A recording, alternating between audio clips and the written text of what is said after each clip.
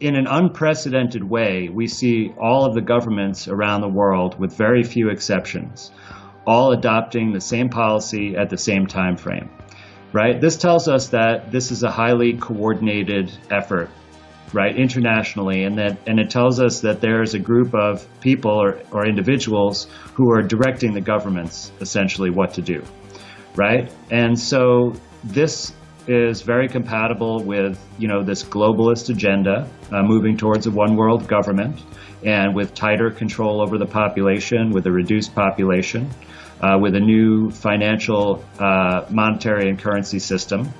And there's evidence for all these aspects, and I think the overall plan has been well laid out in the United Nations document, Agenda 21, later changed to Agenda 2030. There are many other supporting documents, like you mentioned, the Rockefeller document, and there are several others that essentially give all the details to this plan, and they all correlate with the policies that are taking place right now. What is your take on this brand new experimental RNA-DNA vaccine, which contains nanotechnology, which of course some of these projects are being funded by not only Bill Gates, pretty much in all of them, but also the Department of Defense and DARPA, as the vaccine manufacturers are rushing faster than ever before, admittedly, they boast about it, with rolled back regulations and zero liability. This to me sounds like a recipe for disaster. They basically want to inject genes into us, and they are using this procedure called electroporation, where they apply an electric current through 2 extra needles with the vaccine that create little holes in our cells that allow the DNA to go inside our own cells, and then they are supposed to then make foreign proteins that supposedly generate immunity. But all I can describe this as is they want to make us into genetically modified organisms, because this is the exact same procedure that they would be using to make any other genetically modified organism. We have seen your message get censored a lot. Many videos that you've been in have been taken down, and by speaking out, you're essentially, risking your reputation, risking your career. Why would you take that risk? Well, Spiro, because this is the only important thing for me to do now is get this information out so that we can prevent ourselves from living in a horrible, horrible future. And, I have 2 young children, and they are my main motivating factor, that I don't want them to live in a world where they have no freedom. And that's where we're headed right now. And so whatever risks there are, they're risks that I simply have to take.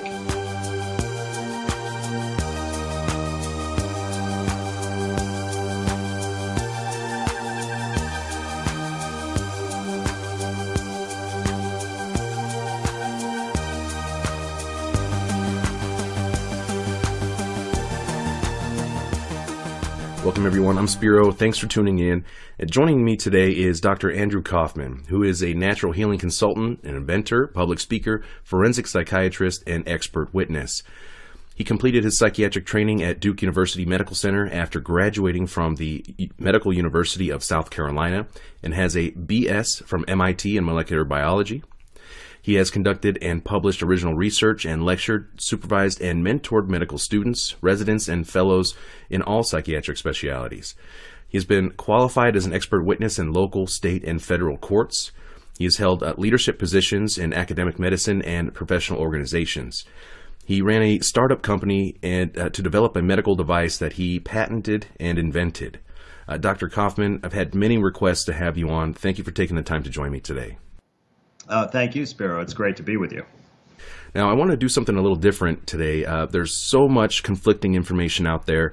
People are having a hard time knowing what to believe, deciphering what is credible and what is not credible. I don't know that any of us really have all of the answers at this point, but we've all been looking at this very closely, especially given the fact that oftentimes official statements coming from government sources and so-called medical health experts, they keep changing. Now, I personally have a hard time believing anything that the establishment says at face value, given they have a long track record of lying to us.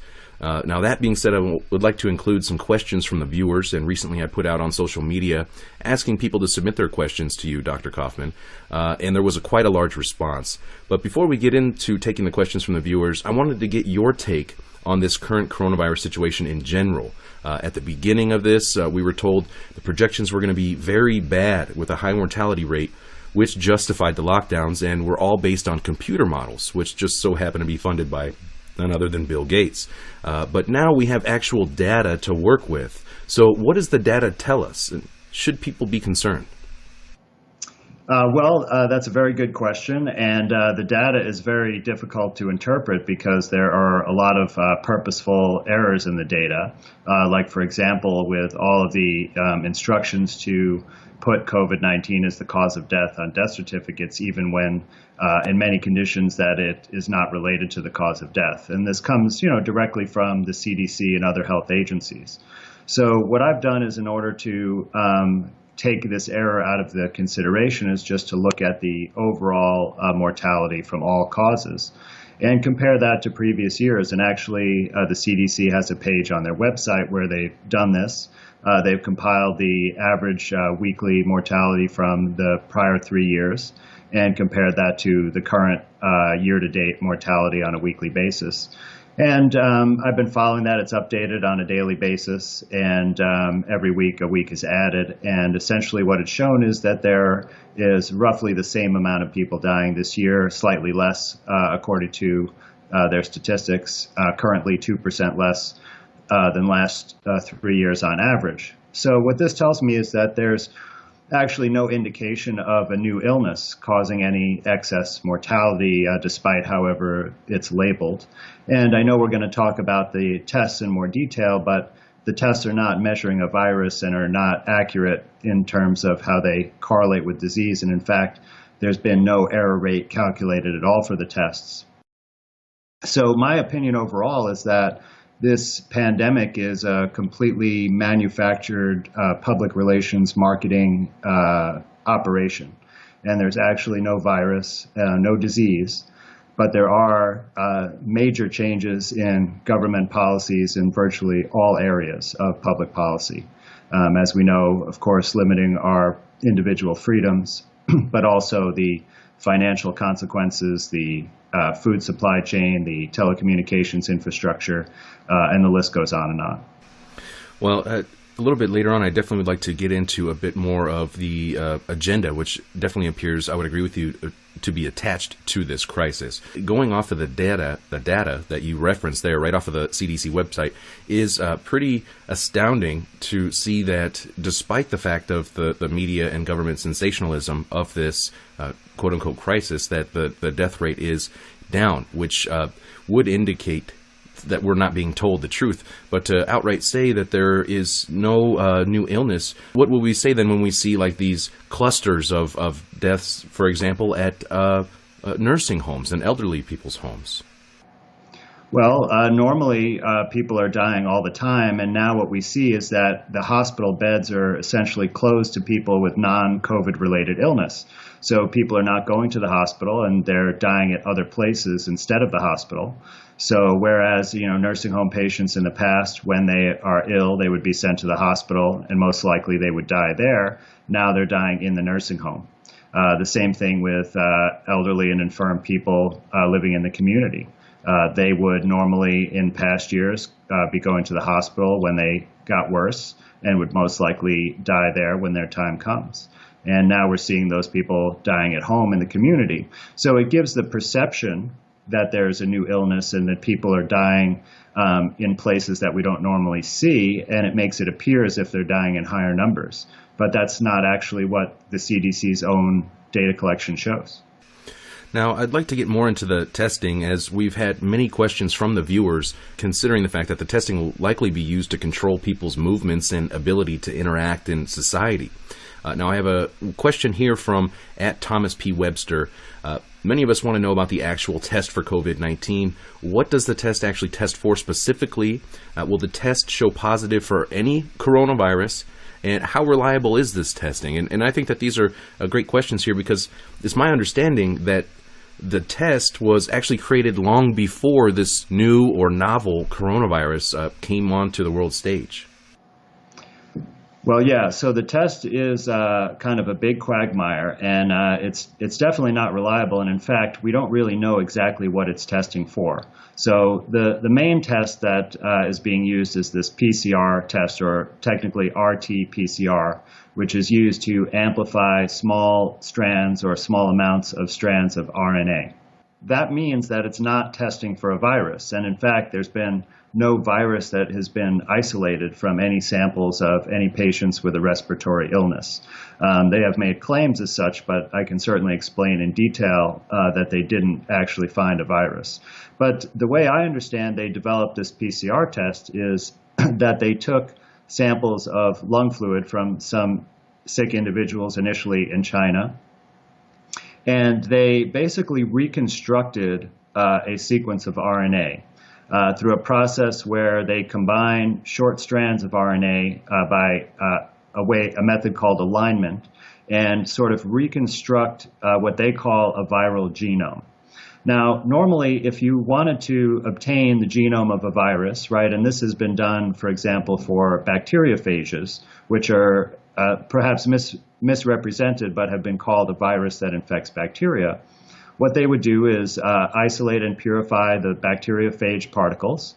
And then once they're in a pure state with no contamination, they could then do a chemical characterization of the structure of those particles. And that would include extracting the genetic material and performing a full sequence of the genetic material to obtain an entire genome.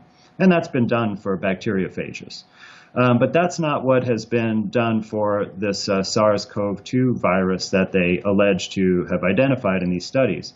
Instead, what they've done is taken an impure sample of lung fluid and not purified it at all, but just used PCR probes looking for specific sequences that they've already identified as being related to viruses, and then using that to reconstruct bits of DNA and combining them into a model that they say represents the genome or the entire set of genetic material of this virus.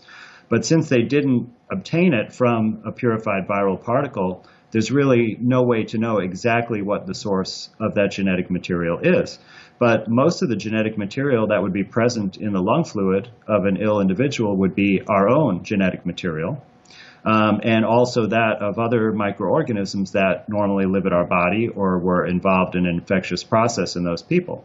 So these could easily represent strands of RNA that are human and that are bacterial. But the thing is, we just really don't know, because it's never been compared to something that was obtained directly from a purified virus. So it's measuring these RNA strands of unknown significance. And the way that they allege that this is a coronavirus family, and in fact they say it's related to SARS-CoV-1, which is the virus that they used the same procedures, by the way, to say was the cause of the SARS outbreak in 2003. So they basically looked at the sequence that they reconstructed by this artificial method and compared it to the sequence that they reconstructed by the same artificial method from the SARS-CoV-1 virus, and say that they're almost 80% identical. Therefore, they are part of the same coronavirus family, or they're related. Now, just to contrast that, when you compare the entire genetic sequence of humans versus chimpanzees, they're 96% identical. So that's much higher, and yet you wouldn't say that we are chimpanzees or the chimpanzees are humans. So they're relating these sequences together that are reconstructed arbitrarily and saying because of this 80% identity that it's a coronavirus and related to SARS-CoV-1. So it's a huge stretch by any stretch of the imagination. I mean, there's no way really to confirm that this is a real entity or really related to something else that also we don't know if it's a real entity at all. So when you subject yourself to this test, you're basically, and this is without considering any of the pitfalls of the PCR method itself, right, which there are some. So even without considering that, you just don't know exactly what you're measuring. And so in some field tests where they've tried to use mathematical models to calculate an error rate, they come up with a number like 80% false positive.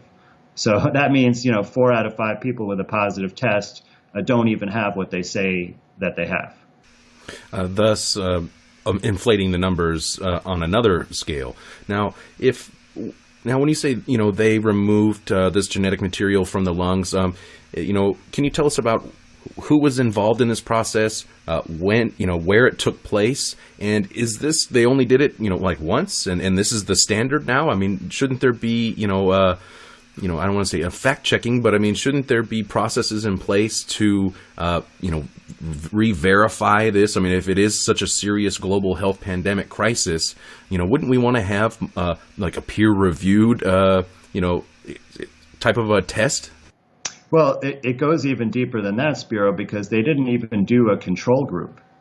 So, one of the basic rules of doing a scientific experiment is that you have a negative control group so you can isolate the effects of a single variable, right? And in this case, the variable would be the genetic material from a virus from a sick person, right? So what they could have done is taken the lung fluid from people who did not have the illness and make sure that they don't find the same genetic sequence in those people, right? And this is a very standard thing. Like every time I've done any kind of experiment that was going to be published, there was always had to be a control group.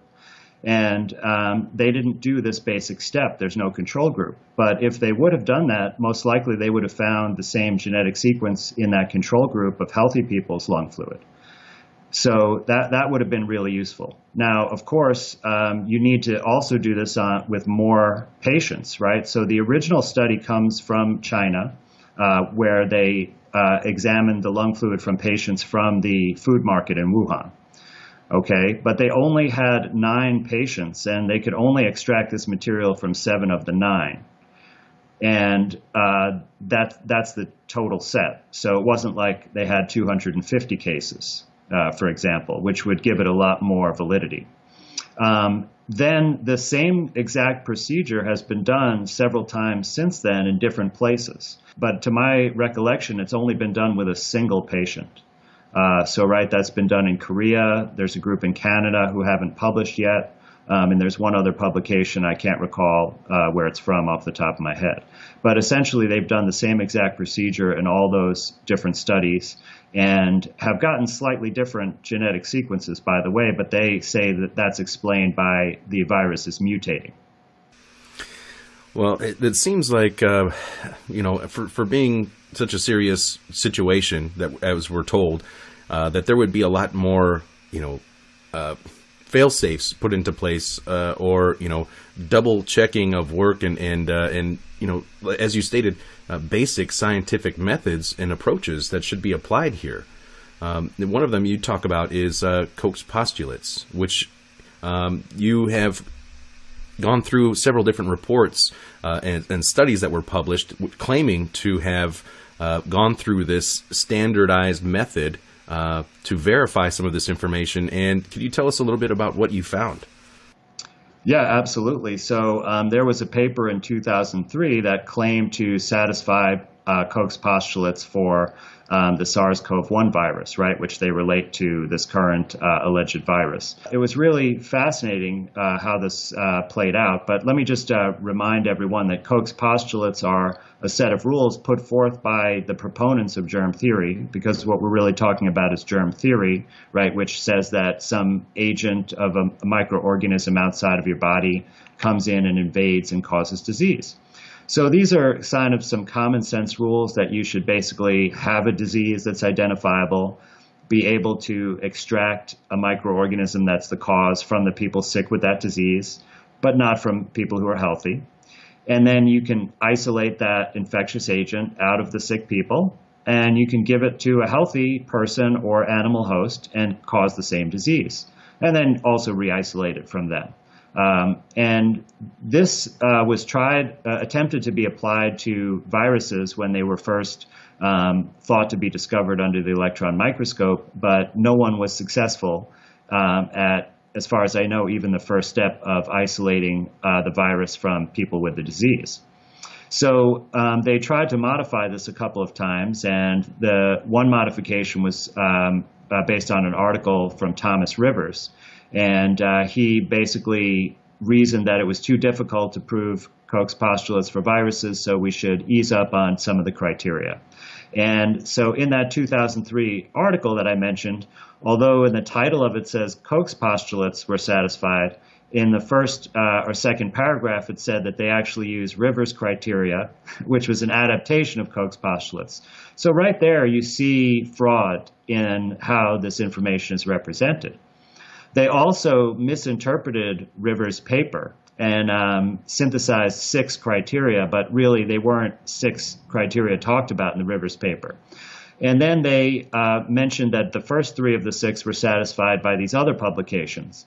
And so I looked at those, and they followed the same exact procedure that I described for SARS-CoV-2, which didn't isolate any virus. So basically the first criterion or the second criterion of Rivers was not satisfied.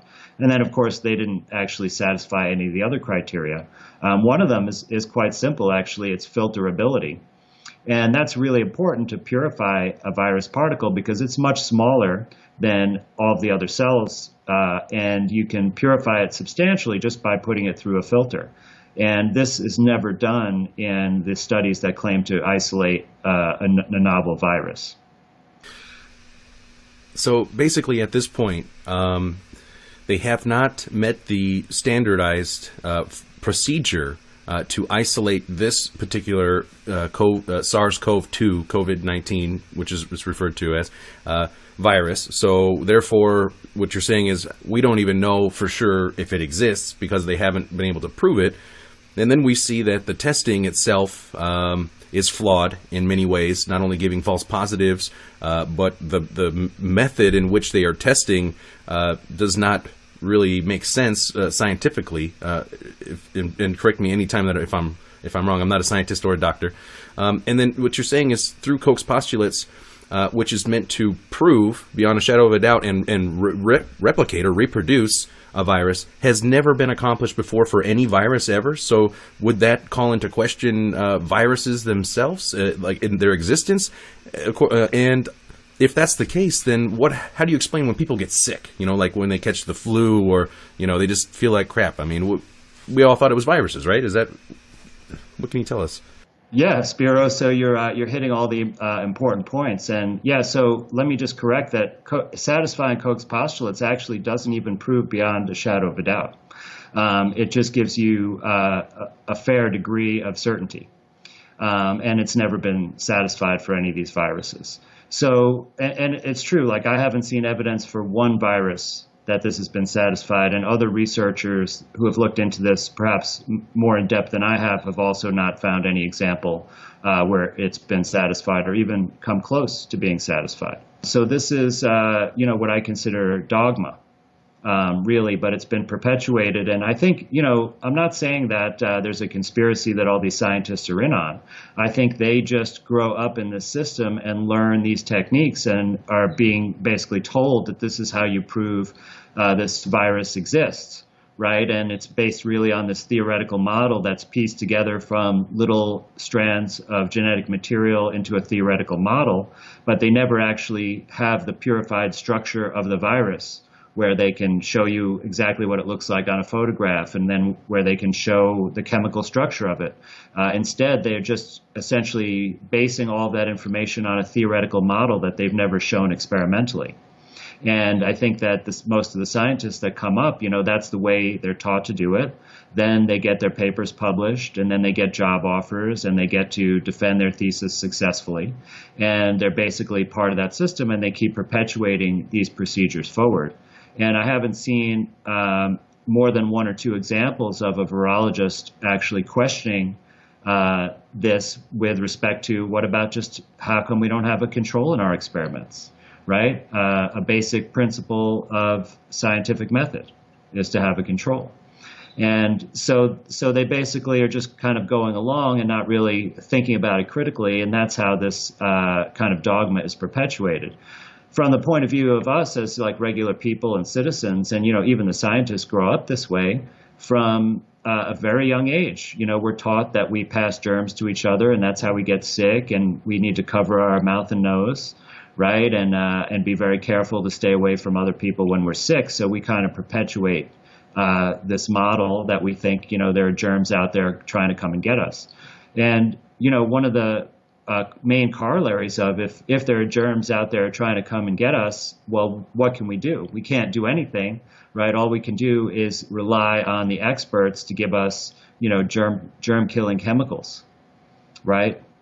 Yeah, and so what exactly, for example, are they doing? With these bioweapons programs, and they're weaponizing germs, is how I understand it. At places like Fort Detrick, which just so happened to be shut down prior to this whole outbreak taking place, and there was a lot of mystery, respiratory illnesses taking place. That some of it was blamed on vaping, for example, here in the U.S. Just prior to this was last summer, just prior to heading into fall flu season, when those numbers kind of just, that mystery respiratory illness just disappeared, and then all of a sudden the flu showed up, supposedly. It's kind of coincidental or synchronistic there. And then right after that is when we started to, the World Military Games took place, where many athletes have returned home since then and stated that they got very ill, upon returning home from the World Military Games, which were held in Wuhan, China, which we're told is ground zero. And there's the level 4 bioweapons lab there in Wuhan, China. I mean, there's a lot of other stuff at play here, and a lot of people have been reporting illnesses. And so it's just, this is, I think, where it comes into play, where a lot of people, they're having a hard time wrapping their head around, what is actually taking place here. Yeah, well, I think it actually can be quite dangerous to take some of that stuff too seriously because, I'm sure that there are top secret labs that are researching all kinds of weapons, right? I have no doubt about that. But I don't have specific information. And I don't think too many other people, can really get the information out about what's going on in those laboratories. But I'll tell you, if there's really no biological model for a virus that causes disease, I'm not sure what they're engineering exactly, but I imagine it would be extremely difficult to create some kind of biological organism that would cause disease, because most of the time when we have parasitic problems, they're opportunistic. They're there because there's something not right in our body, and they're actually trying to help us get rid of that. But in the process, they may get out of control and cause us problems, right? But I'm not aware of any organisms that, come in and take over when you're healthy. So I think that would be a really tall order, and I'm not sure that it's even possible. But if they did want to make us sick, the easiest thing would be to put toxins into our bodies. And there's many ways that this can be done, and it has been done. For example, they're putting fluoride into our water supply, which is a known toxin to the central nervous system. And even the CDC put out a guidance in the early 2000s instructing parents of newborns not to use fluoridated water to mix baby formula, because it would affect the children's neurologic development, right? Yet they put it in our water. You can look what happened in Michigan with the lead pipes and the lead poisoning from the water, right? And with the vaping, that's an interesting story because initially the vaping technology was made by a bunch of small startup companies, and they started getting successful. And actually, I think quite a number of people were able to quit smoking tobacco and switch over to that and possibly even get completely off. And it seemed like a relatively positive change. And then the big tobacco companies started acquiring all of those little vaping companies because they were successful and started to become competition. And once that happened, and I know that there were some small companies that got squeezed out because they wouldn't sell out. And that's when you started hearing reports of people coming in with respiratory problems to the hospital, because they're probably putting the same kind of chemicals in the vaping fluid that they've been putting in tobacco products, which is responsible for almost all the tobacco-related illness. So it's hard to say, there may be different things going on in different places, and many of them may just be due to commercial enterprises, not necessarily a government, program. But, overall, getting back to the mortality figures, really we haven't seen excess mortality. So if there's any kind of strategy like this, I don't see evidence that it's been deployed. Now, am I concerned that it will be deployed with a second wave or a future part of this psychological operation? Well, yeah, absolutely, I'm concerned about that. A global health emergency or a pandemic, a viral pandemic, would be the perfect cover to carry out all sorts of nefarious programs, which we are seeing some very concerning developments being rolled out under the guise of this emergency. Absolutely, I agree with you 100% about the toxicity of our environments, of our everyday lives, everything from the water to the food to the air, our entire environment. But moving on, as many states are beginning to ease restrictions, we're told that one of the only ways that this can happen is if governments begin this widespread testing, which you have shown, and you clearly shown that is faulty, to say the least. So this widespread testing in conjunction with their contact tracing programs, which are included in House Resolution 6666, stating that they will come to people's homes, to their residences. Now, about a month ago, a World Health Organization official, Michael Ryan, said that they believe it's time for officials to start going to people's homes, determine who is ill, and remove them from their homes.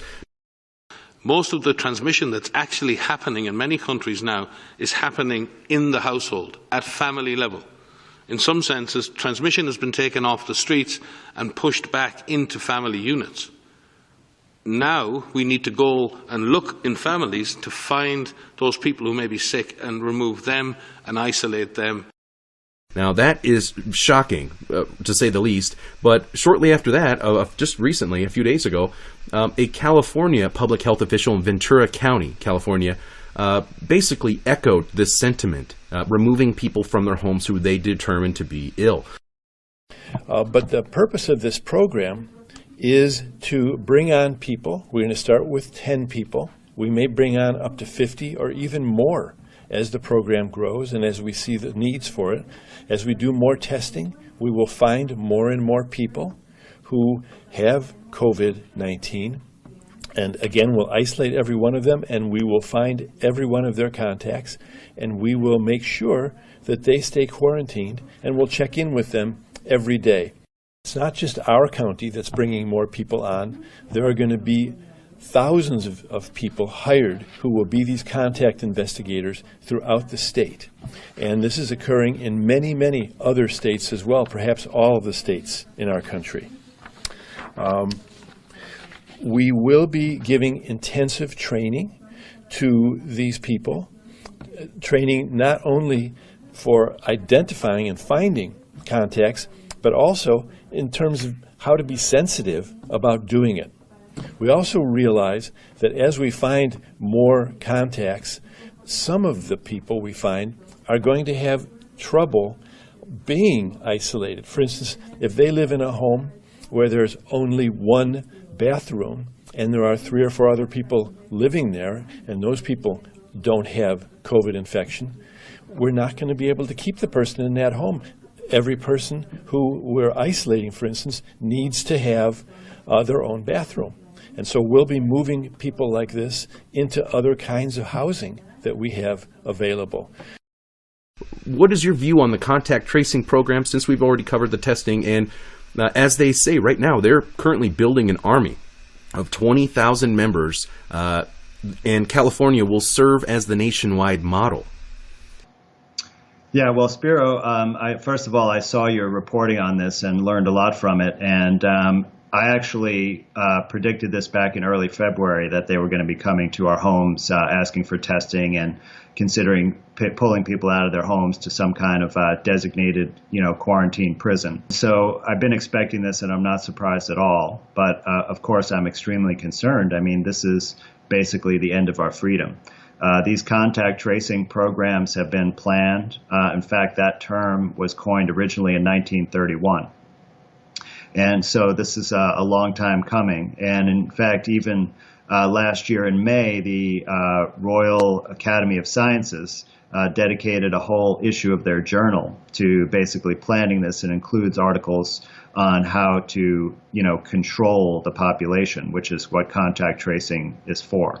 So they took the easy way to do this, because if they just come up with a completely fake illness and get everyone to volunteer to give up all their rights, it's much easier and much less risky than unleashing some kind of poison on the population, right? That would really make people sick and die.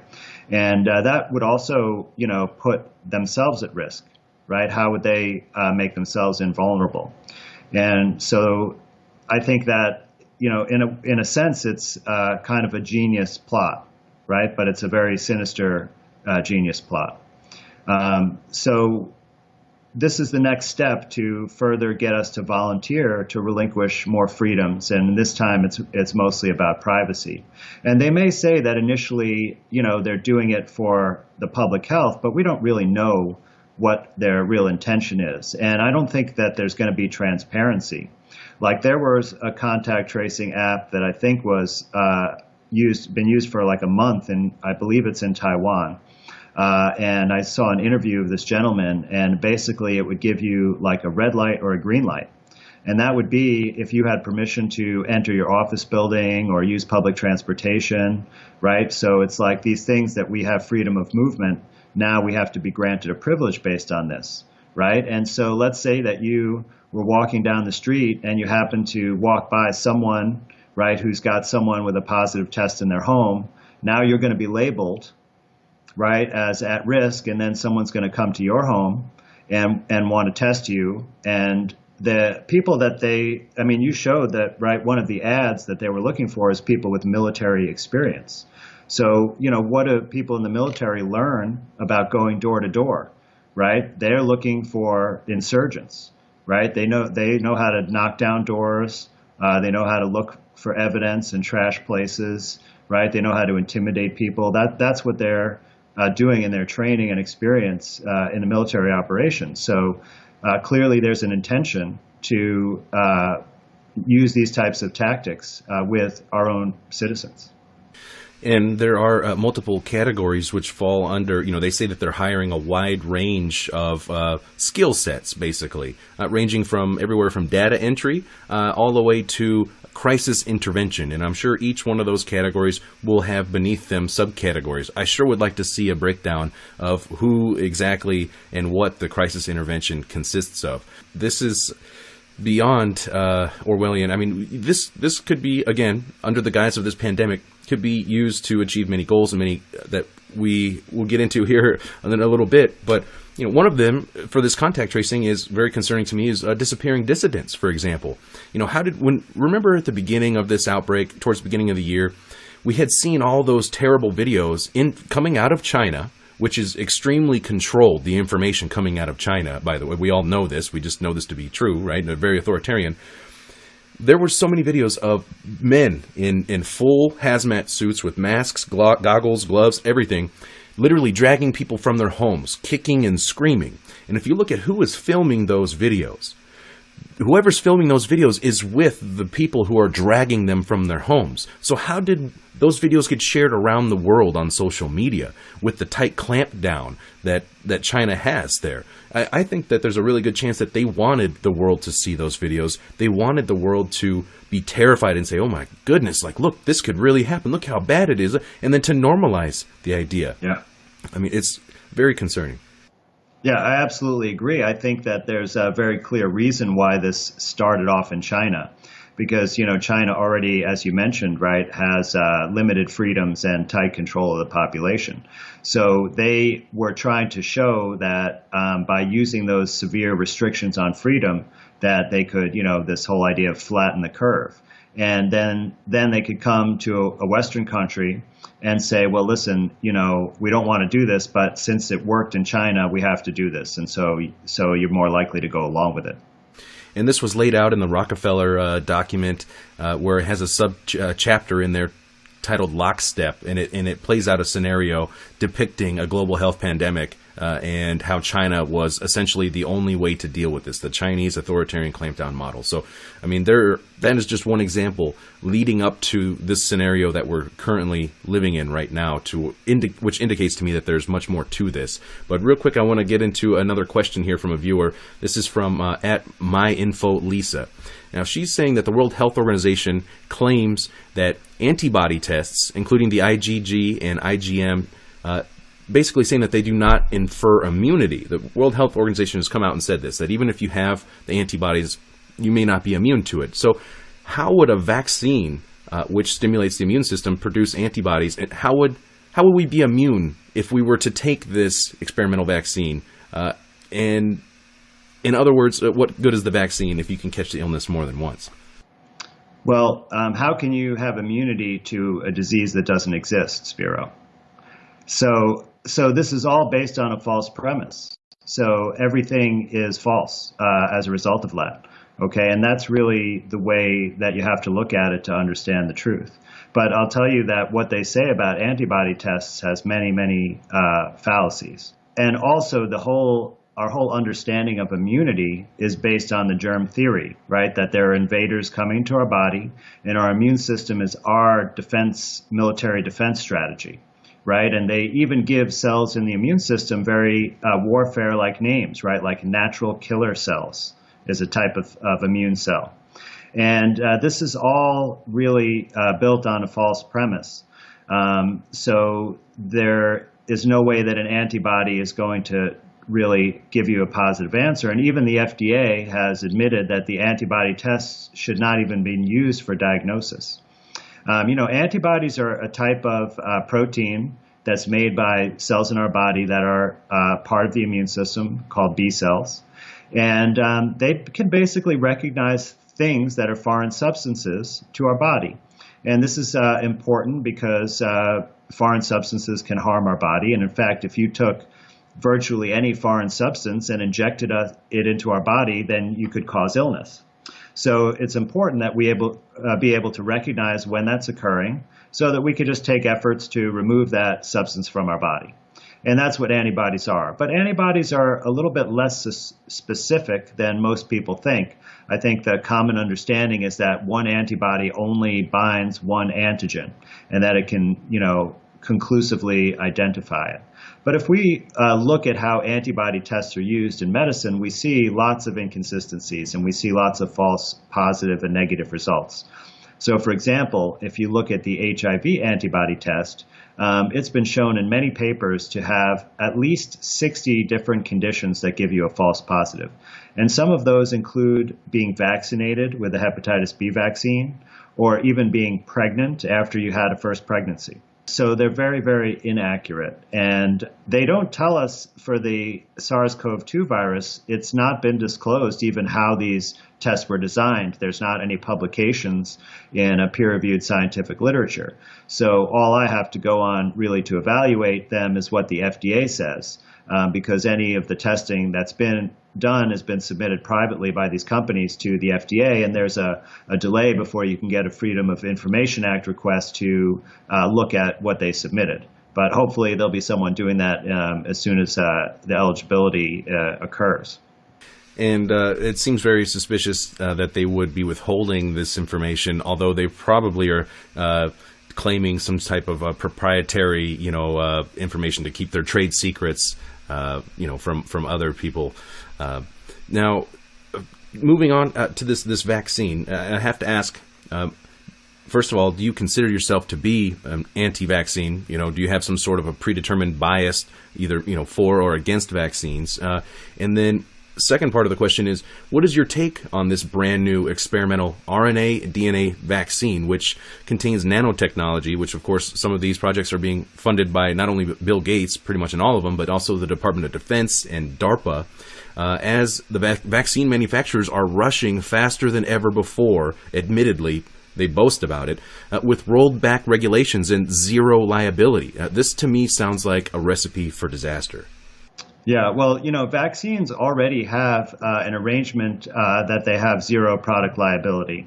And that was part of a federal law that created a special vaccine court with a very limited ability to pay out awards. And it took all of the liability from any vaccine manufacturers. So this will be nothing new. And that's the only business that I know of that has that freedom from liability, which means that basically it doesn't hurt their bottom line at all if someone dies or gets injured from their product, right? Because they're not responsible for it. So that's no way to, be in business to make something therapeutic for people, which we know that all therapeutics have risk. So I don't want to put myself into a category or a label about vaccine because I think those are really political distinctions.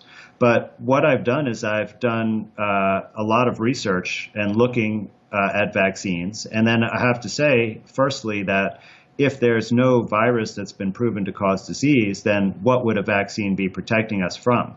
It certainly wouldn't be from a virus. So right there, just based on that, I can tell you that vaccines couldn't possibly work in the way that they are claimed to work.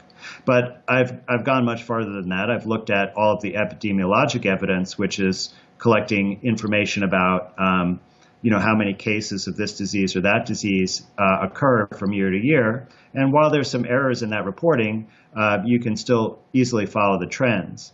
And what you'll see is that for all of the illnesses that are claimed to be, disappeared by a vaccine, actually they disappeared before the vaccine was even available. And there's been some kind of trickery that's been played upon us to believe that the vaccine was responsible for it. But there are so many examples of this, and the data just comes from the government agencies, just like all the other information that I've been reporting on.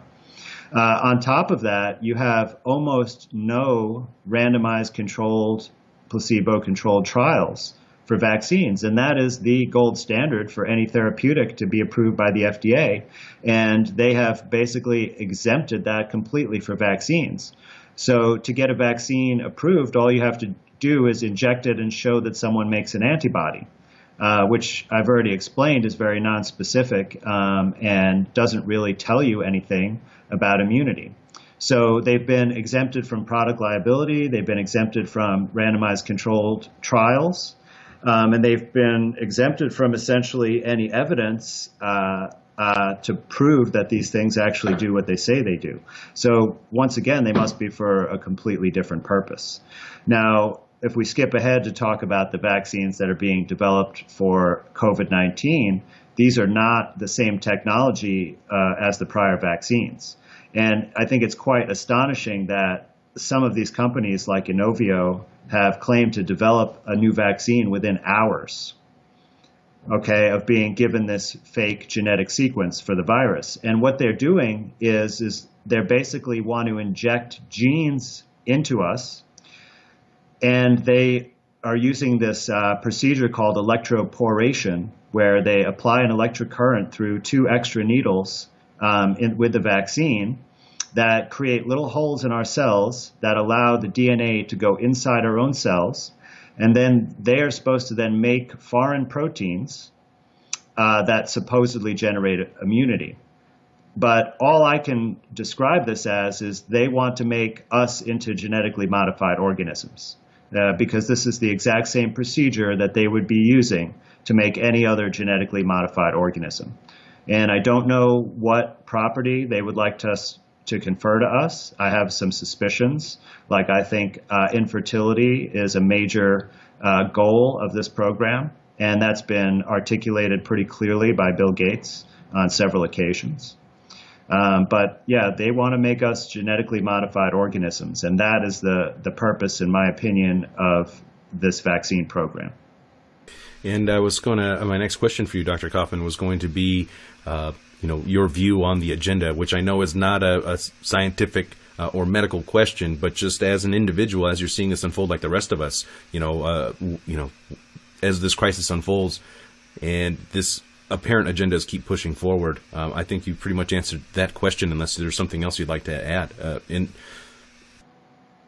Well, in an unprecedented way, we see all of the governments around the world, with very few exceptions, all adopting the same policy at the same time frame, right? This tells us that this is a highly coordinated effort, right, internationally, and it tells us that there's a group of people or individuals who are directing the governments essentially what to do, right? And so this is very compatible with, this globalist agenda, moving towards a one world government, and with tighter control over the population, with a reduced population, with a new financial, monetary and currency system. And there's evidence for all these aspects. And I think The overall plan has been well laid out in the United Nations document, Agenda 21, later changed to Agenda 2030. There are many other supporting documents, like you mentioned, the Rockefeller document, and there are several others that essentially give all the details to this plan, and they all correlate with the policies that are taking place right now. So I think if you want to know what's coming in the future and what the overall agenda is, you can simply study those documents, and you'll see pretty clearly where we're at and where we're headed. Now, we're almost done here. I know you're a busy man, you have a lot to do, and I definitely appreciate you taking the time to be here.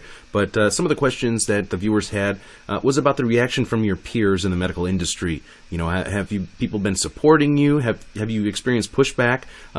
The overall sentiment of your medical peers. I know you can't speak on behalf of the entire medical community, but just what you've experienced, because we have seen your message get censored a lot. Many videos that you've been in have been taken down, and by speaking out, you're essentially risking your reputation, risking your career. Why would you take that risk? Well, Spiro, because this is the only important thing for me to do now is get this information out so that we can prevent ourselves from living in a horrible, horrible future. And, I have 2 young children, and they are my main motivating factor, that I don't want them to live in a world where they have no freedom.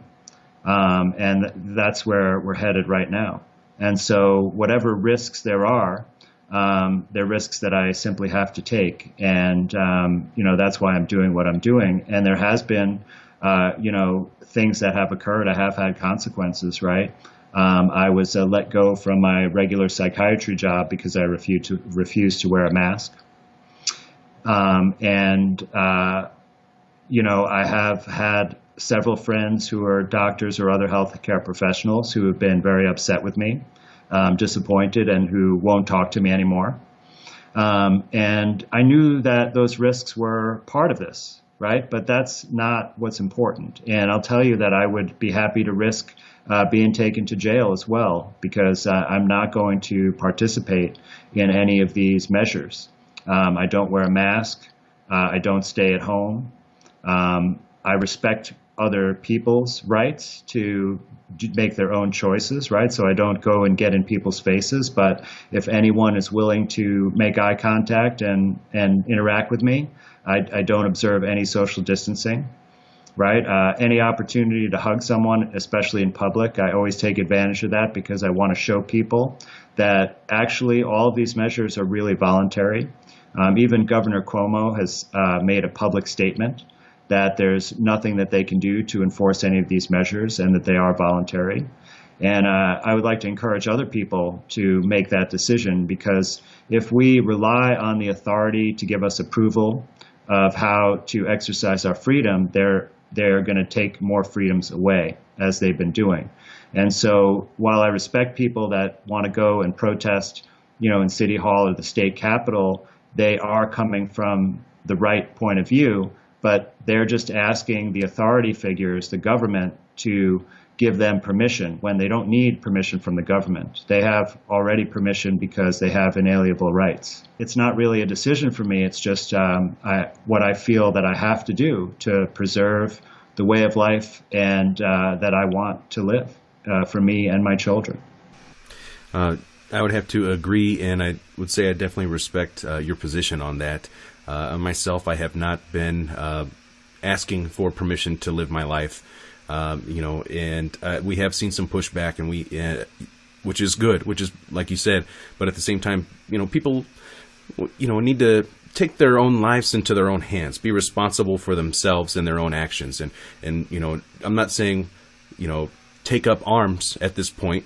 I don't think that's necessary really at this point. We, maybe until they start coming to people's houses, dragging people away or something. But, people just should be living their lives. Go open up your businesses and go, that's my personal take on it. And Dr. Kaufman, I would like to thank you very much for taking the time to be here today and to answer the viewers from the questions. And I'd like to thank everyone who did submit their questions. I'm sorry we could not get to all of them here as we're approaching 1 hour already. There was close to 100 questions for you, Dr. Kaufman. So wow. Yes, and people, I really wanted to try to include the viewers in this because we're all in this together, in the situation together. And Dr. Kaufman, I will be sure to add your YouTube channel, which you have is a link in the description. But where else can people go to follow you and your work? Yeah, well, please go to my website. It's Andrewkaufmanmd.com, and that's where, I do natural healing consultations. Lots of people reach out to me with various questions. If you sign up for my newsletter, I'll keep you informed about where my videos are going to be because, like you said, a lot of them are being taken down. I still do have some good ones on my YouTube channel, but, slowly one by one, they're being taken down, and I'm trying to arrange new platforms. So that's a great way to stay in touch. You can certainly find me on Facebook as well. Great. Dr. Kaufman, thank you again very much for being my guest today. I look forward to speaking with you soon. Same here, Spiro. Thank you.